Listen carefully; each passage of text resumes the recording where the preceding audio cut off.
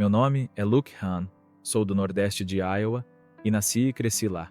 Vivi em Iowa toda a minha vida, com exceção de algumas estadias curtas em outros lugares.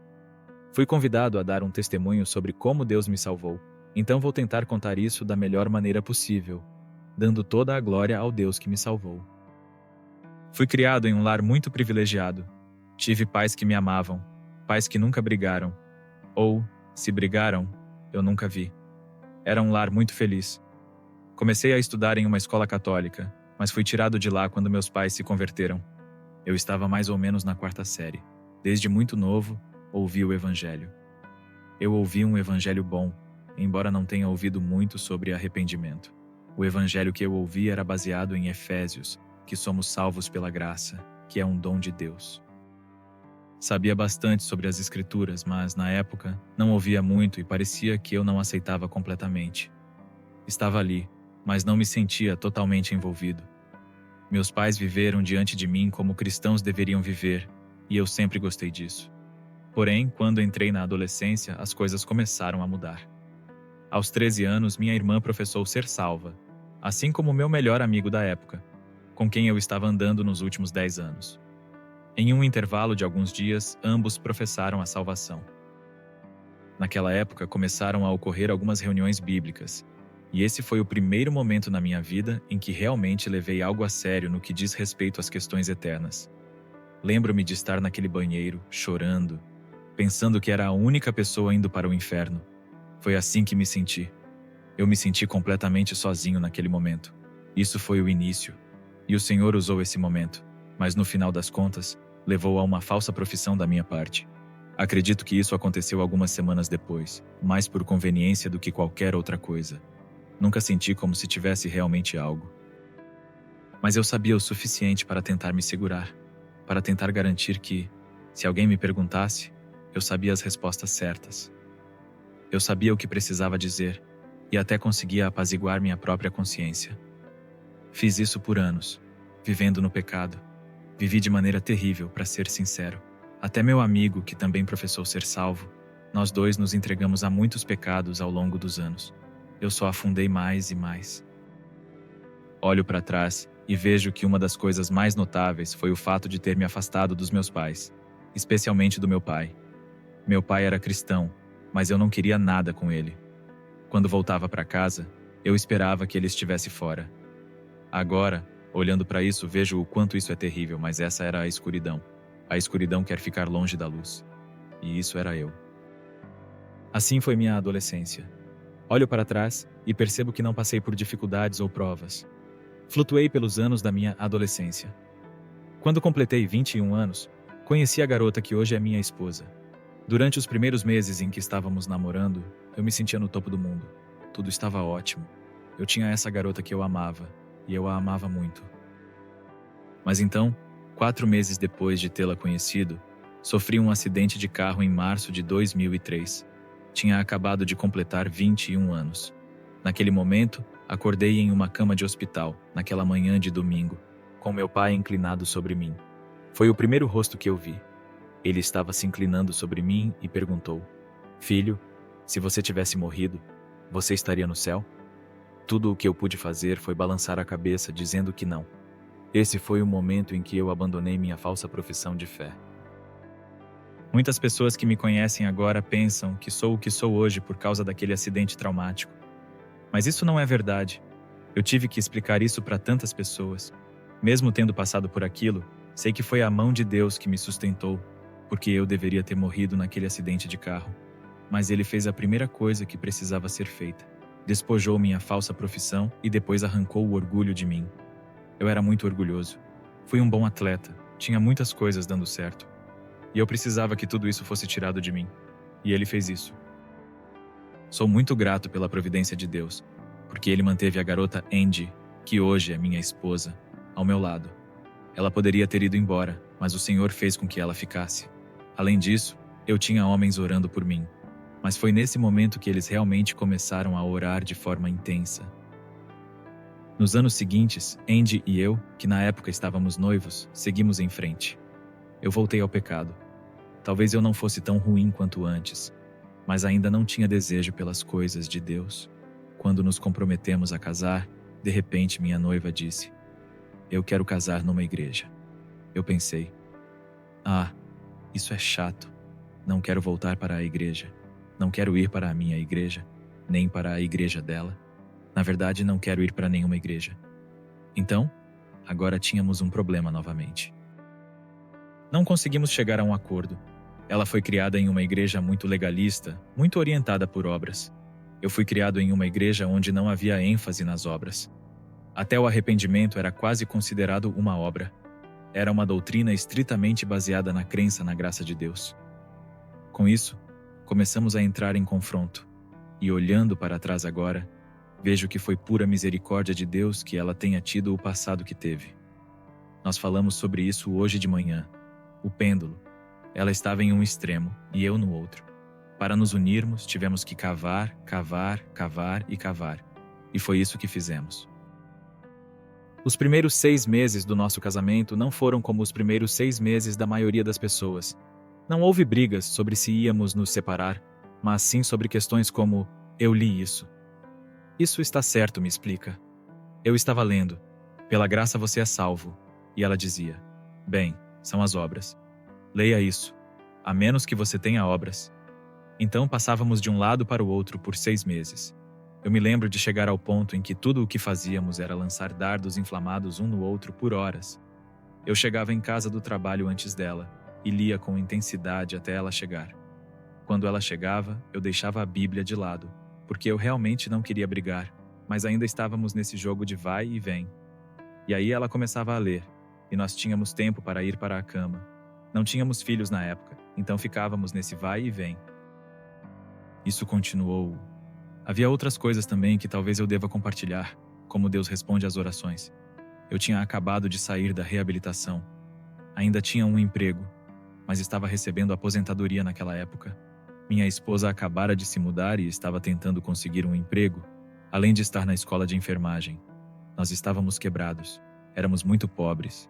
Esse homem, querido homem, e sua esposa, nós não conseguíamos pagar o aluguel. Eu nem sabia que estávamos nessa situação, mas Angie sabia. Ela cuidava disso. Faltavam cerca de $500 para completar o aluguel, que era apenas uns $700. Isso mostra o quanto estávamos pobres, nem perto de conseguir pagar. Mas esse casal doce que orava por nós o tempo todo apareceu uma noite e nos deixou um livro. Era um livro de A.W. Tozer. Não me lembro exatamente qual livro era, mas acho que pode ter sido Homens que Encontraram Deus. Dentro do livro, havia um cheque de $500. Aquilo mudou algo em mim. Esses homens tinham algo que nós não tínhamos. Essas pessoas, por que eles apareceriam na nossa porta? Por que continuavam nos convidando e parando para nos ajudar, mesmo quando estava fora do caminho deles? Então sabíamos que havia algo diferente neles. Mas estávamos realmente tentando. Eu fazia muitas perguntas para o meu pai. Minha esposa fazia perguntas para sua família. Ela também fazia perguntas para o meu pai. Quase chegamos ao ponto de concordar em discordar, de certa maneira. Foi então que meu pai me deu um livro. Era um livro pequeno, chamado Sou um Filho de Deus? Naquela noite, enquanto Andy estava trabalhando como enfermeira, eu estava deitado na minha cama lendo o livro. O autor fez um ótimo trabalho. O Senhor certamente o ajudou. Ele falou sobre 1 Pedro nas Escrituras e incluiu algo de Isaías também.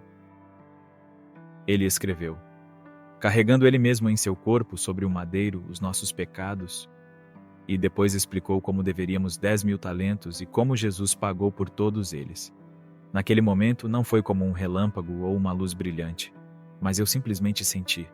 Eu entendo isso. Eu entendi. Não sou eu.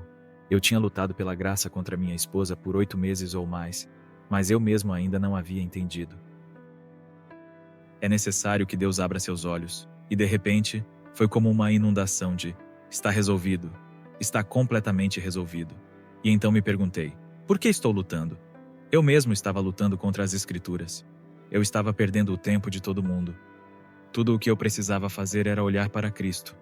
Pela primeira vez consegui fazer isso, e eu fiquei muito feliz. Eu estava alegre. Minha esposa chegou em casa. Ela entrou pela porta e eu pensei: isso vai ser glorioso. Vou contar a ela que já descobrimos, que eu já entendi. Ela entrou e eu contei para ela, mas ela não estava feliz. ela estava brava. Então, pela primeira vez, acho que tive minha primeira prova como cristão. Eu tive que ter essa alegria. Mas também comecei a orar de verdade pela minha esposa e seguir em frente. Agora, eu podia ler as escrituras de uma maneira diferente, e as coisas começaram a fazer sentido. Comecei a orar pela minha esposa, ao invés de brigar com ela. E ele foi tão gentil. O Senhor continuou a colocar pessoas nas nossas vidas, pessoas que vinham e ministravam para nós. Mesmo quando estávamos indo a uma igreja, porque ainda estávamos flutuando entre duas igrejas diferentes, fomos a uma igreja que tinha um evangelho muito superficial. Eu olho para isso agora e vejo o quanto era raso, mas até os homens ali, o Senhor os usou. Eles nos mostraram o que é amor de alguma forma. Mas acabamos voltando para a igreja onde eu cresci, por um tempo. E o Senhor graciosamente salvou minha esposa cerca de 10 meses depois de mim. Então, eu olho para tudo isso e penso na paciência, na tolerância e na longanimidade do nosso Deus. É impressionante.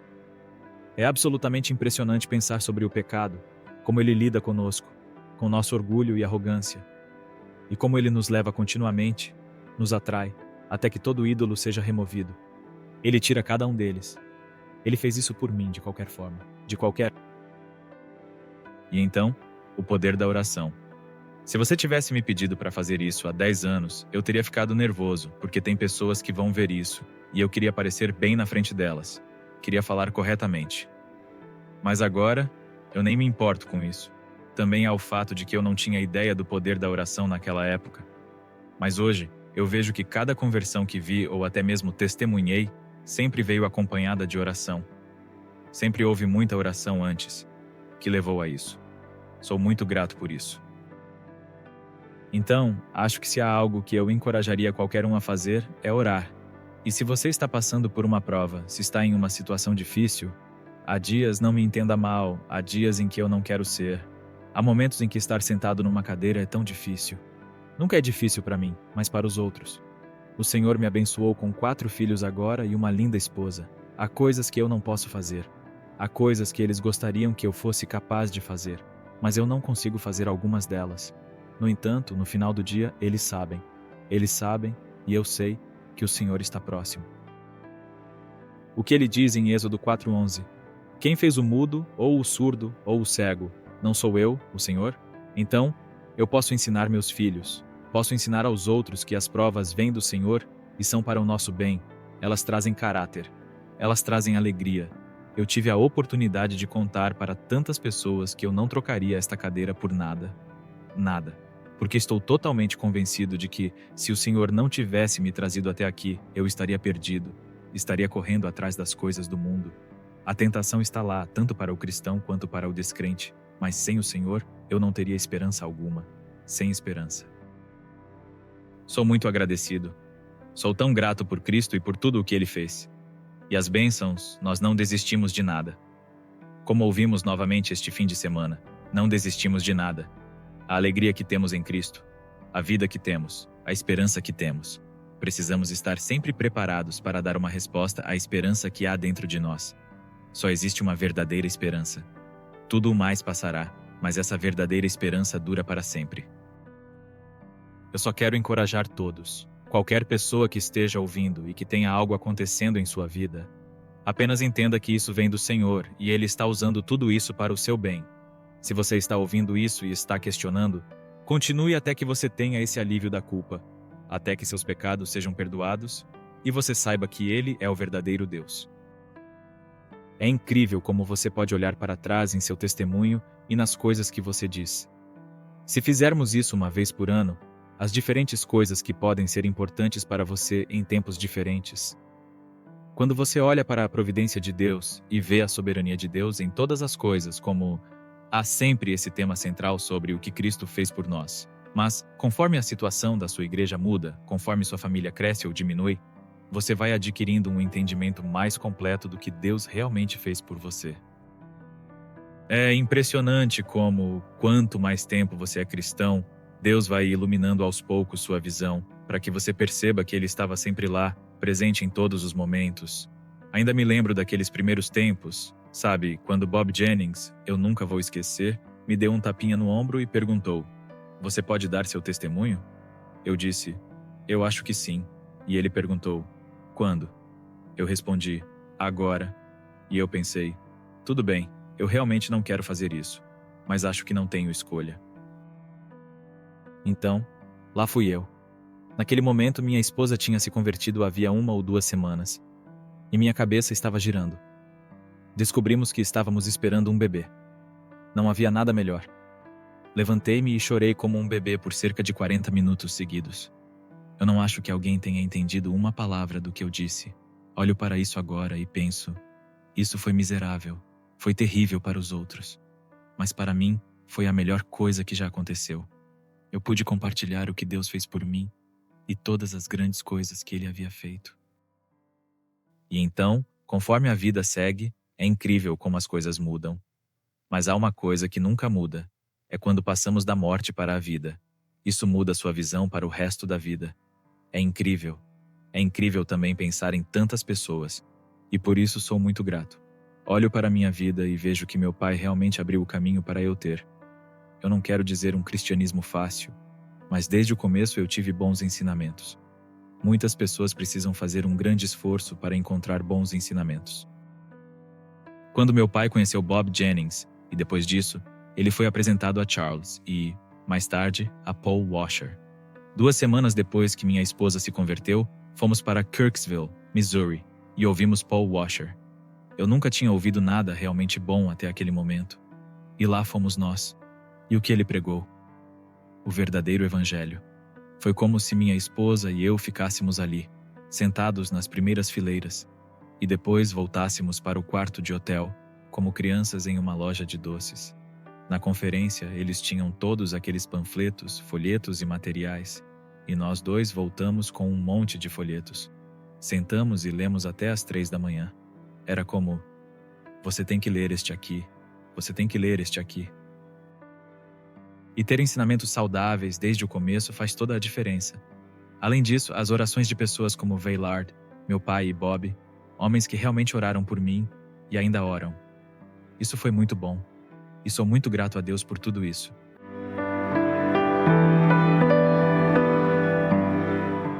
Agora, olhando para tudo o que Deus fez na vida do Luke, me pergunto: você também tem vivido como ele ou tem experimentado uma verdadeira transformação?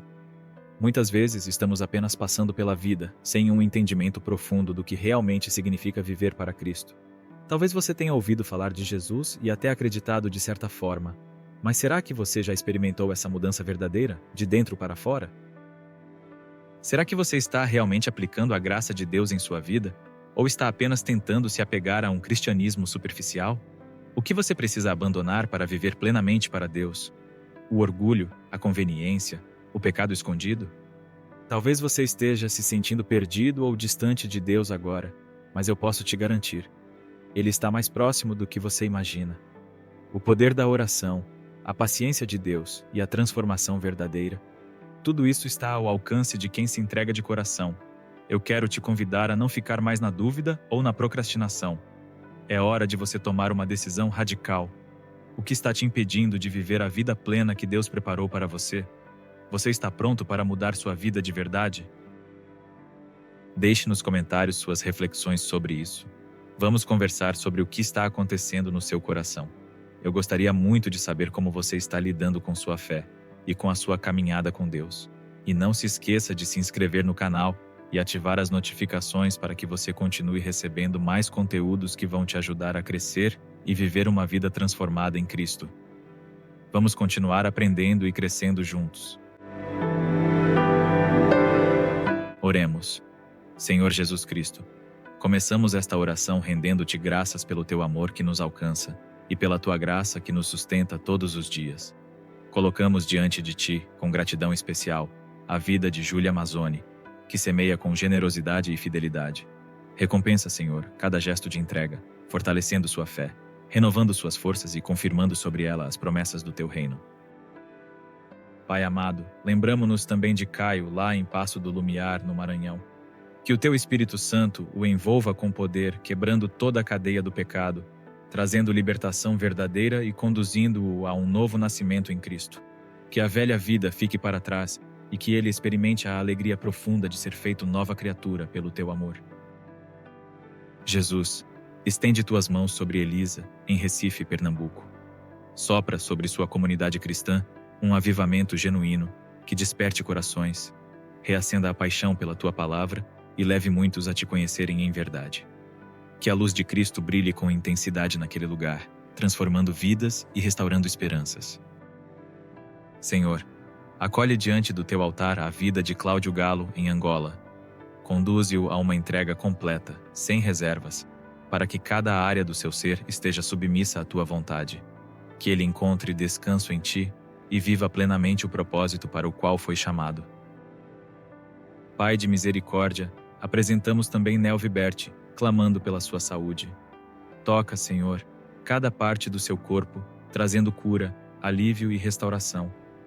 Que a tua paz, que excede todo entendimento, guarde seu coração e sua mente em Cristo Jesus. Nós confiamos no teu poder, Senhor, e descansamos no teu amor, certos de que tu ouves cada clamor e ages no tempo perfeito. Recebe esta oração como um ato de fé e adoração. Em nome de Jesus. Amém. Se você também deseja a oração, escreva nos comentários o seu nome, cidade e o motivo da oração. Será um privilégio orar por você.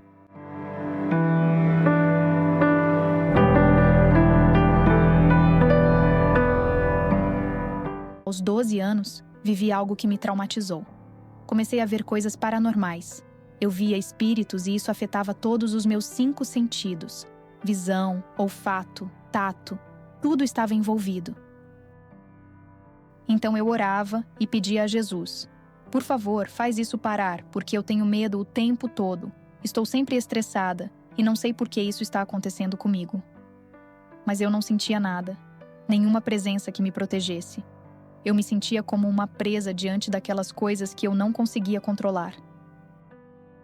Todas as noites eu acordava apavorada. Um dia eu pensei: não adianta eu orar, Jesus não vem, não tenho resposta nenhuma, me sinto sozinha. E comecei a achar que tudo aquilo era besteira, que Jesus não existia. No começo era apenas indiferença, mas aos poucos comecei a sentir ódio. Não sei explicar como, mas era realmente ódio de Jesus. Eu estava me sentindo péssima e comecei a me voltar novamente para Jesus. Fui até Fourvière, a Basílica de Fourvière. Durante a conversa, ele disse uma frase que me marcou muito. Melanie, o importante não é que você tenha ido embora, e sim que você voltou. Isso me fez refletir. Pensei: então ainda me acolhem, mesmo depois de tudo o que fiz? Aquilo realmente me surpreendeu. E comecei a pensar que talvez eu devesse voltar um pouco para a fé. Eu orava e dizia: por favor, vem restaurar meu coração. E foi nesse dia que minha vida mudou completamente. Eu estava orando e, em termos de sensação, foi algo muito estranho. Era como se ele tivesse entrado no meu apartamento. Não sei como explicar com palavras. É muito difícil descrever uma experiência assim, mas era como se meu corpo tivesse se desligado. Eu não sentia mais meu corpo. Eu só sei que chorava, chorava, chorava. E acho que isso durou uns 45 minutos, talvez 1 hora. Eu chorava sem parar, porque no momento em que ele chegou no meu apartamento, a primeira coisa que senti foi o quanto ele me ama. Se você se sentiu tocado por este testemunho e quer assistir esta história e mais histórias como esta, não deixe de se inscrever em nosso canal. Aqui, compartilhamos experiências poderosas que podem transformar vidas e fortalecer a fé. Clique no botão de inscrição, ative o sininho para receber notificações e junte-se à nossa comunidade de fé e esperança.